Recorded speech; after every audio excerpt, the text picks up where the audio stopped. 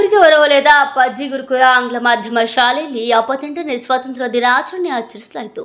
ಸಂಸ್ಥೆಯ ಅಧ್ಯಕ್ಷ ಶ್ರೀಮತಿ ಭಾಗ್ಯಮ್ಮ ರಾಜ್ಕುಮಾರ್ ಧ್ವಜಾರೋಹಣ ನೆರವೇರಿಸಿದರು.